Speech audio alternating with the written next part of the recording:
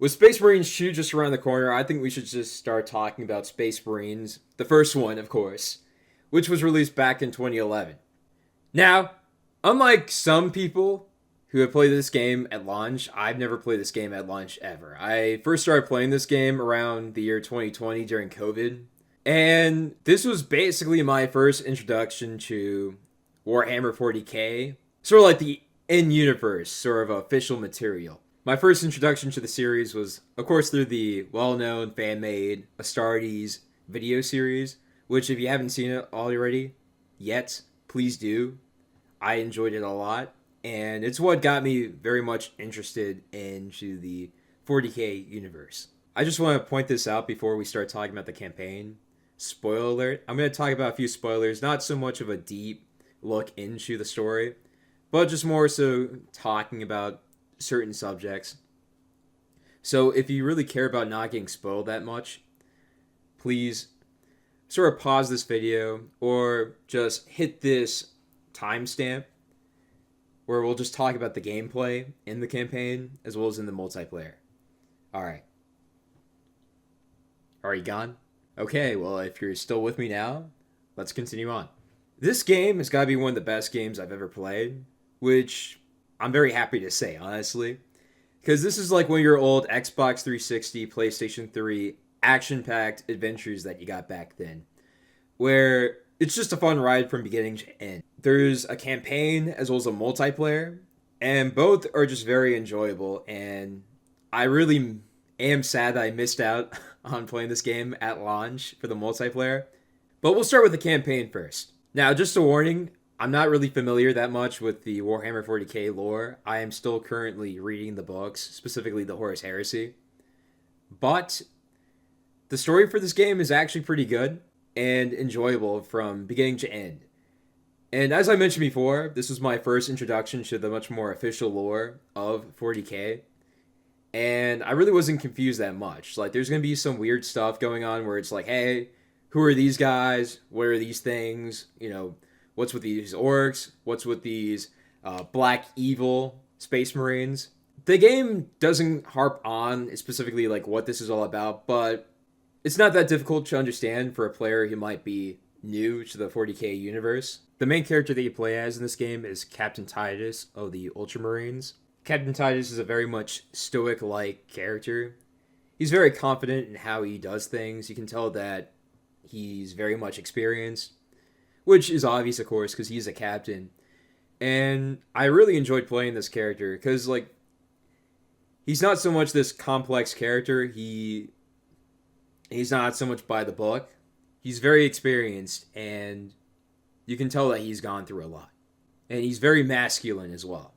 Like, all these characters are very masculine in the fact that, well, except for Leandris, of course, because he rats you out. But Titus, he's very much calm, heroic, and he just says, like, the coolest stuff ever. And he just looks and acts cool and does cool stuff.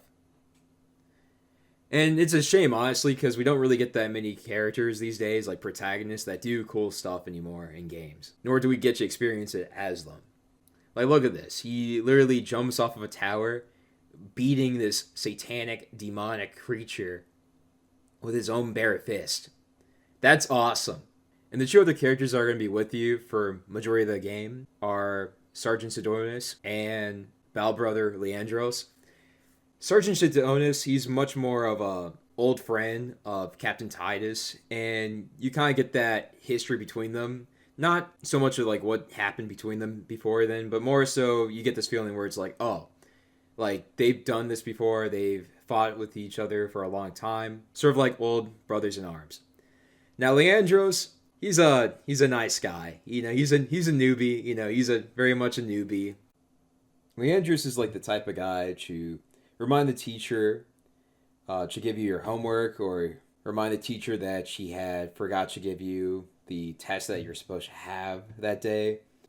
He's also like the type of guy to be like the younger sibling who rats you out 24/7 whenever you do some fun stuff with your friends, or if you do some stuff that you shouldn't have been doing. You know, like one of those nice little guys.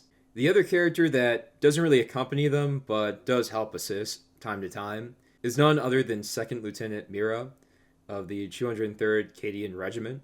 She's pretty much in charge of all these small troopers that you'll see fighting alongside you throughout the game. Then there's also Inquisitor Drogon, who shows up for a bit. You basically help him take a power supply to a weapon that he tells you is going to destroy the orcs, but plot twist, alright, plot twist. For those who shouldn't be here, for those of you who are being spoiled right now, plot twist, so this is a warning before I tell you, what happens, alright? It pretty much was just a portal that allowed these Chaos Marines to come in and wreak havoc and start killing everybody. And the main leader of these specific Chaos Marines is none other than Nimroth. So why did Drogon do this? Well, it pretty much wasn't Drogon. Drogon was dead a long time ago. His body was possessed by a demon that was helping out Nimroth. So you really never get to meet him in the game. So after Nimroth shows up, he pretty much becomes the main antagonist of the story. So once the Chaos Marines show up, they pretty much become the main antagonist in the story. Still find the orcs, however, they pretty much fully outright replace them. You keep finding the orcs once you're introduced to the Chaos Marines, however, they slowly start fading out as the Chaos Marines, and more specifically Nimroth, become the main antagonists of this game. So from the beginning to about the fourth act of the game, you primarily face off against the orcs. And the leader of the orcs is none other than Grimskull, who pretty much embodies what the orcs are like. Very much battle-born. They're ready to fight anything, and as well as kill anything, slaughter anything. They just really enjoy. And you can easily see that with how he acts. It's very endearing, very fun. And I think this is a great way to introduce people to how the orcs act. And I think Grimskull encapsulate what the orcs are like. The only difference is that he's very intelligent. And this game does highlight that. So it's very interesting to see an orc leader who isn't stupid, but knows how to win against his opponents and can plan out these strategies as well as know what they're doing. It becomes a formidable foe. Just like Grimskull, Nimroth also highlights what the Chaos Space Marines are like. And that's really the best thing about this game. These two antagonists help show us what the factions are like, as well as even the Ultramarines. They actually show us what sort of the Imperium of Man is like as well, if you're new to the game, or specifically new to the universe. Nimroth shows that the Chaos Space Marines are very much sadistic, very dark and menacing, and you can just tell that from the reactions of the main protagonists, as well as the Chaos Marines, that there's a lot of bad blood between these two factions. And if you want to know more about that, I recommend reading the Horus Heresy books, which are very good. So, as mentioned before, we have two enemy factions, and this basically allows the game to have a lot good enemy variety. There are enemies that blow up, enemies that are your standard regulars, usually very small, such as the orcs. Enemy variety is very good. No enemy feels like the exact same as the other. It doesn't feel as if one's spongier than the other. The only enemies that feel a bit spongy are the chaos enemies, specifically the demons, but that's just how I feel. For the Chaos Marines, I have a blast killing them. They're very fun to fight against, and it feels as if that you're basically fighting against another Space Marine, such as yourself. Now, in general, though, I prefer fighting the orcs, because I felt like the orcs was a lot more fun, as you have hordes of them coming right at you, and they just all start screaming while charging you. So you get to yell. So as they're heading towards you, you get to run right into them and bash right into them. Which leads us into the next thing that I want to discuss, which is the gameplay. So as you can see, Space Marine is a third-person game. However, it's not like your old, average, cover-based shooter like Gears of War. You pretty much don't really take cover that much until your shields need recharge. It's a game where you basically mixing between melee as well as gunplay, and it works very well. It's very smooth. You can either switch from your pistol to your bolter rifle, shooting enemies, to quickly meleeing if they come at you, if they surround you. And it feels very good being surrounded by enemies, because it might feel that the odds are stacked against you, but it feels like you're basically fighting your last stand each time that you come across enemies that are pretty much ambushing you from all sides, as well as swarming you. And it's very fun. you can just change your playstyle. And there's multiple guns as well, multiple gun varieties. There are sniper rifles, assault rifles, shotguns, and all the guns are awesome. The only gun that I'm not really a big fan of is the plasma pistol, primarily because it feels very weak. From what I understand from the lore, the plasma pistol is supposed to be a lot more powerful, but I understand if they have to nerf that. I'm just wondering why they didn't like buff it out in PvE specifically, because some of the other guns they sort of nerfed a bit in the PvP, while they were powerful in PvE, like the turret. As rather than rapid fire in the PvP, you basically have to hit the reload button in order to stand your ground to fire multiple shots, as you can only fire like one shot at a time. So I'm not really sure why they made the plasma pistol so weak. Because I love the pistol that she had at the start, and I kept on switching between that pistol and my bolter because of how fun it was.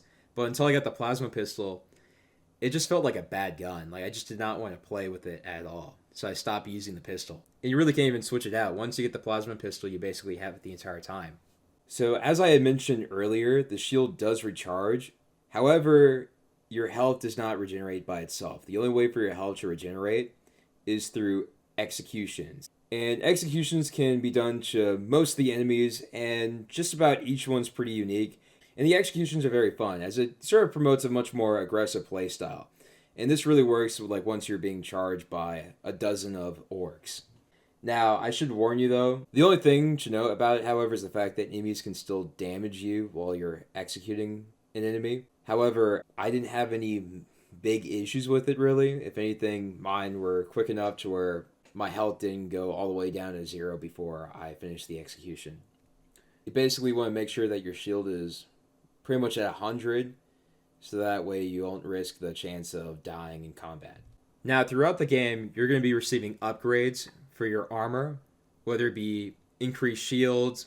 There's also one sort of ability that you get. It's like an ultimate ability where it will increase your strength as well as your health as well. If you're low on health, it will help regenerate you a lot quicker, a lot faster. And throughout the game, you'll find upgrades for your ultimate ability to where you can slow down the enemy if you aim, so that way you can get clean headshots.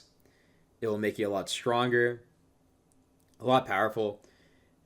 And it's very fun, really, especially when you're getting swarmed by enemies. It's just, I know I say that a lot, but this game is just pure masculine.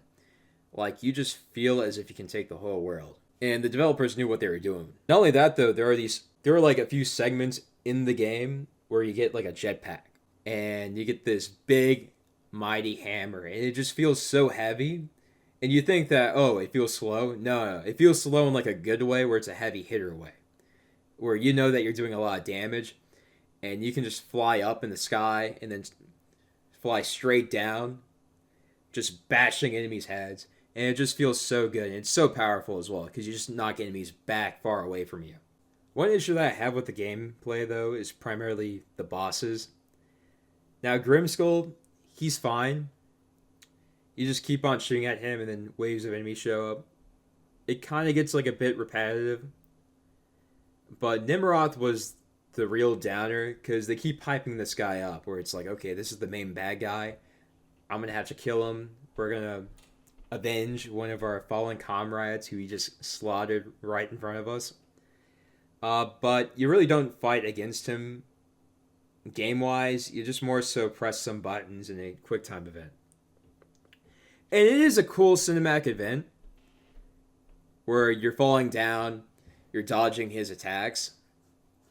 But it feels very repetitive. It feels very slow and not really as fun. And I wonder if the devs just didn't have enough time to sort of like do what they wanted with this character in like a boss fight. It is still memorable. It's sort of a fun time, just not much more of a fun gameplay. It feels really repetitive at the end, as you gotta keep on bashing until you can use your ability, until like it sort of like recharges. The music itself, though, is pretty good, as the music never really misses its mark. It didn't feel to me as if there was like any out of place music in the game whatsoever during the story. So that's pretty good. It was pretty good music. Moving on to the multiplayer, I was very shocked, as there are still servers running, Now, I think this is primarily due to the fact that people are getting hyped for Space Marines 2, so that's why you're seeing some little growth within the multiplayer. I was able to play some games, and it's very enjoyable. I thought that this would have been some awful multiplayer that was just tacked on to like a fun single player, but no, like the multiplayer is very good, very fun. The gunplay is very good. There's a lot of variety. It's kind of like Call of Duty in a way, where you can choose your own loadout, choose your own perks, and like one of my biggest complaints about it is the fact that in order to get these perks that will help improve the damage that you can give to an enemy or help with some other aspects of your game style, is the fact that you have to like do certain challenges. It might feel for some players that they really can't keep up with the much more veteran players who have these perks, where it's like, oh, like this guy has a scout rifle that can fire multiple shots within one pull of a trigger, where it feels as if the veteran players have higher advantage. So that's my one complaint that I have. But other than that, the multiplayer has been really fun because you basically play as either a Space Marine or a Chaos Marine. And not only that, though, this game has one of the best customizations I've seen in a game. And I think it's way better than Halo 3's customization because you can pretty much choose whichever chapter, like just about whatever chapter that you want to play in like in a Warhammer 40k game, whether it be the Salamanders, the Ultramarines, the Black Templars, the Blood Angels. You can customize your helmet, your chest, your backpack, like just about any part in your armor. And you can choose whichever colors that you want to have on. And it was very cool just like going through it. Now you have to unlock this, and it's very fun, honestly, just to complete these challenges. Now, the multiplayer basically has like your average game modes, so like capture the flag, team deathmatch. The game mode that I primarily played though was Seize Grounds, which it's sort of like domination in Call of Duty, where where you have like point A, point B, point C, point D, where it's like you gotta go to these points, capture them, and then defend them from the enemy while trying to take the other points that the enemy has. It's very addicting, really. Just like one issue is the fact that it's like an old game which is over 10 years old, so there's not that many players, and there's a bit of lag in them. You're gonna encounter players who are very much lagging, where they're just gonna be like flying up in the air, teleporting. There's not only variety with the guns though. There's also 3 different classes within the game. There's the tactical class, there's the havoc class, and then there's the raptor class. The tactical class is like your average sort of like default ish class, where it's like you're just like running and shooting. Your havoc class is more so heavy weapons, so you're gonna be using pretty much like guns that do like a lot of damage, but there's not going to be a lot of quick firing like you'd see in your tactical class. And then there's the Raptor class, which is where you only have a pistol, however, you have a combat weapon that you can fight. You'd have a knife within the tactical class. The weapons in the Raptor class have a higher damage than the knife in the tactical class. Now, one final thing that I want to talk about is this other game mode that was released sometime after the main game was launched, which is the Exterminatus mode. Now, for those of you who don't know what this is pretty much like Firefight from Halo, or Zombies from Call of Duty, where you basically fight against waves of enemies. This game mode sort of gives you like little side objectives, where it's like, you gotta do like this challenge if you want like extra bonus points. Well, there's also mandatory missions that you need to complete, where it's really just holding this position for a while before the time limit runs out. There's only 4 players in this game mode, so it's just you and 3 other randoms. And it's very fun, really, because there are so many instances where it's like, oh no, we're being like overrun, until like one of your buddies with the big hammer just comes charging in, wrecking the orcs. And you can also play as either the Space Marine or the Chaos Marines in this game mode as well. So as the Chaos Marines, you can also fight against the Imperium of Man, the little soldier guys, which I thought was pretty cool.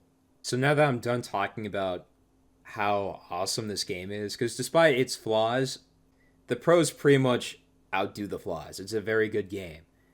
Now you might be wondering, oh, it's a good game, well, I want to buy it.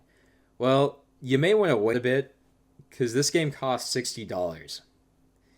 And that might surprise you, where it's like a Call of Duty moment where it's like, wait a second, this game is over 10 years old. It was released in September 6th, 2011. It's like, yeah, but a few years ago, they released an anniversary edition, which sort of brought the price up. Because I got this on sale for like, I think less than $10. So it's worth $60 now, due to the fact that you're basically buying the anniversary edition. That's the only edition that you can buy on Steam. Now, you can probably find the 360 or PlayStation 3 version somewhere on Amazon or some third party. But for PC, though, you're pretty much forced to spend $60 on the game, unless you pirate it. But I recommend just waiting for a sale, as I think the multiplayer is just going to completely die out, where it's going to be very hard to get a match. Because I live in America, so I don't know where some of you might be watching this video from, whether it be like in Australia or some random country I never heard of. You might have trouble hopping on servers for this game. So overall, I hope you enjoyed this video.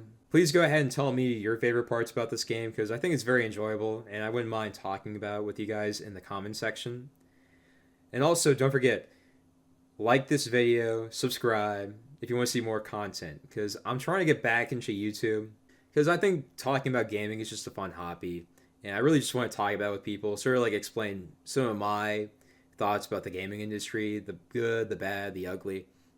I will be talking about Space Marines 2 once that comes out. Sort of give like a first impressions in the first few days, and then just like a full review of it once the week goes by. So go ahead and post in the comments if you're also going to be getting Space Marines 2, and if you're not, go ahead and explain why, because I can see why some people might be very hesitant about getting the second game due to like the last Warhammer 40k release being a bit buggy. Overall though, I hope you enjoyed the video. So you guys have a wonderful day, and goodbye.